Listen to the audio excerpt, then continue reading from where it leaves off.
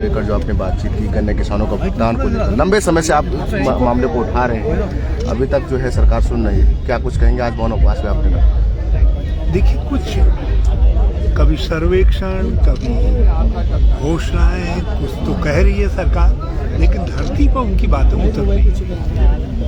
ये उनके आश्वासन देकर, टालू बातें कहकर किसानों को भगा रहे हैं। और मैंने ये सोचा, जब आज ये अपने कई अरबपति खरबपति धनाढ्य इष्ट देवताओं को यहाँ ला रहे हैं, उनके दर्शन करा रहे हैं, तो उनको किसान के दर्द के दर्शन भी करा रहे हैं। जो किसान की पीड़ा है राज्य के अंदर, उसको भी हम आगे ला रहे हैं। और किसान अपमानित महसूस कर रहा है।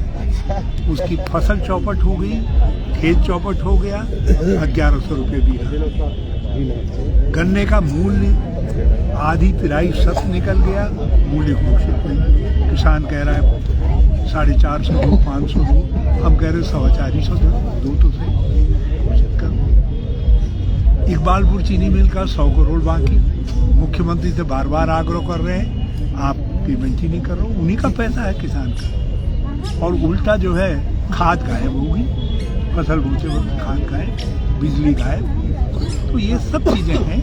तो ये इन्वेस्टर समिट के नाम पर जो चकाचौंध पैदा की जा रही है, उसमें किसान का दर्द भी सम्मिलित है।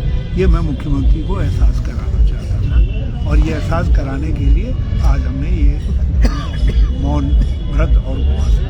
भाजपा कह रही है कि जब निवेश आएगा तभी तो भुगतान कर पाएंगे, लेकिन पैसे की जब बात आती है तो हरीश रावत नेगेटिव हो जाते हैं। एक बात बताएं, इनमें से कौन है जो यहाँ थैला लेकर के आ रहा है?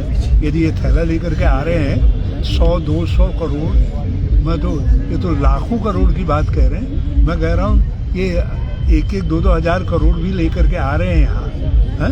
और दिखाई दे रहा है, तो मैं स्वागत करता हूँ।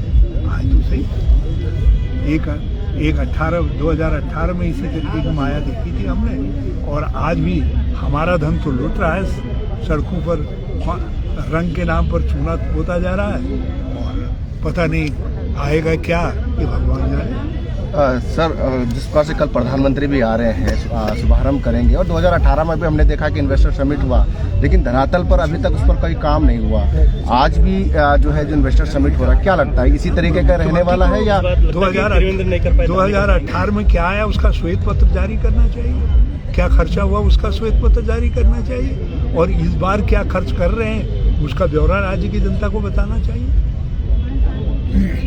और सवाल यह है कि इस इन्वेस्टर समिट यदि जो उद्योग बंद हो रहे हैं वो खुल जा रहे हैं, मैं तो कह रहा हूँ नए छोड़िए।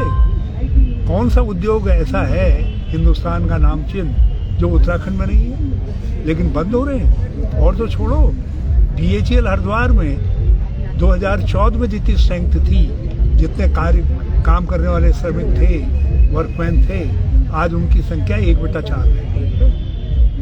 आखिर हमारे बच्चे तो सफर कर रहे हैं, आरक्षित वर्ग के बच्चे सफर कर रहे हैं, गैर आरक्षित वर्ग के बच्चे सफर कर रहे हैं, नौजवान सफर कर रहे हैं।